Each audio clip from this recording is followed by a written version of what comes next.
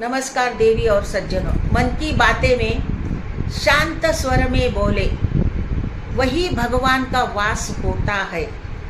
शांत स्वर में बोलने से साक्षात ईश्वर उस घर में निवास करते हैं। हमारे बड़े बुजुर्ग हमेशा से हमें एक बात सिखाते आए हैं, घर में ऊंची आवाज़ में नहीं बोलना चाहिए, क्योंकि ऊंची आवाज़ से घर का वातावरण अशांत हो जाता है और नकारात्मक ऊर्जा फैलती है।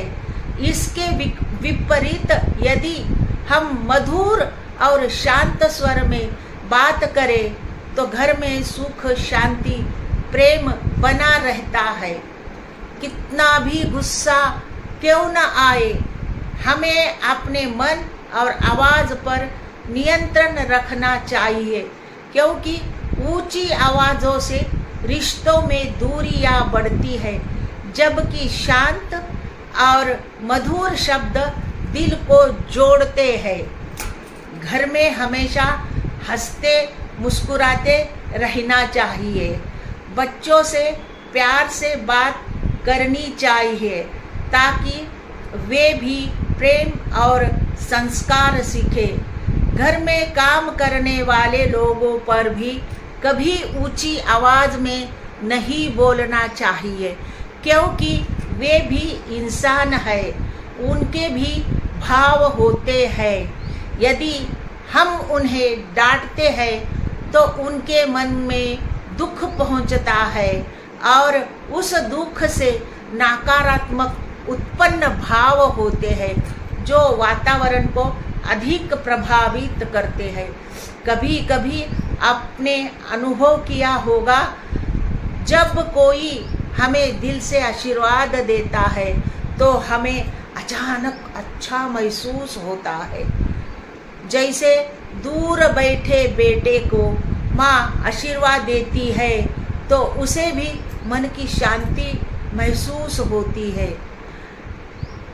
जैसे गाय अपने बछड़े को दूध देने लगती है, यह भी प्रेम की भावना का प्रभाव है। इसी प्रकार हम किसी ज़रूरतमंद की मदद करते हैं तो उसके मन से निकलने वाली शुभ भावनाएं हमें खुशी और उत्साह देती है। यदि हम किसी सफाई कर्मचारी या गरीब व्यक्ति की मदद करते हैं तो वह शायद धन्यवाद न कहे, लेकिन उसके मन से निकलने वाली लहरें हमें अंदर से प्रसन्न करती है। ये आपने कभी न कभी अनुभव किया ही होगा। इसीलिए दान और सेवा का महत्व बहुत बताया गया है। भगवान ने मनुष्य को बोलने की अनमोल शक्ति दी है। यदि हम उस शक्ति का उपयोग कठिन और कटु बात बोलने में करें तो यह उस वरदान का अपमान होगा।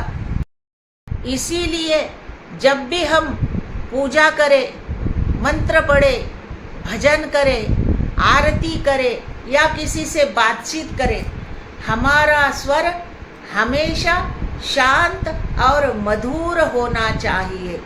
कई लोग पूजा पाठ तो बहुत करते हैं, लेकिन उनका स्वभाव कठोर होता है।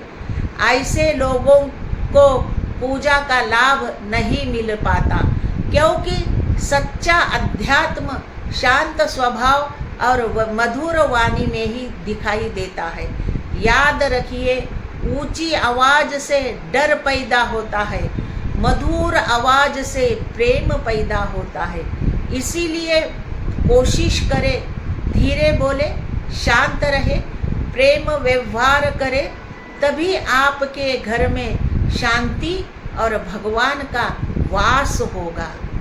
जहाँ दया, क्षमा और शांति होती है, वही भगवान का निवास होता है।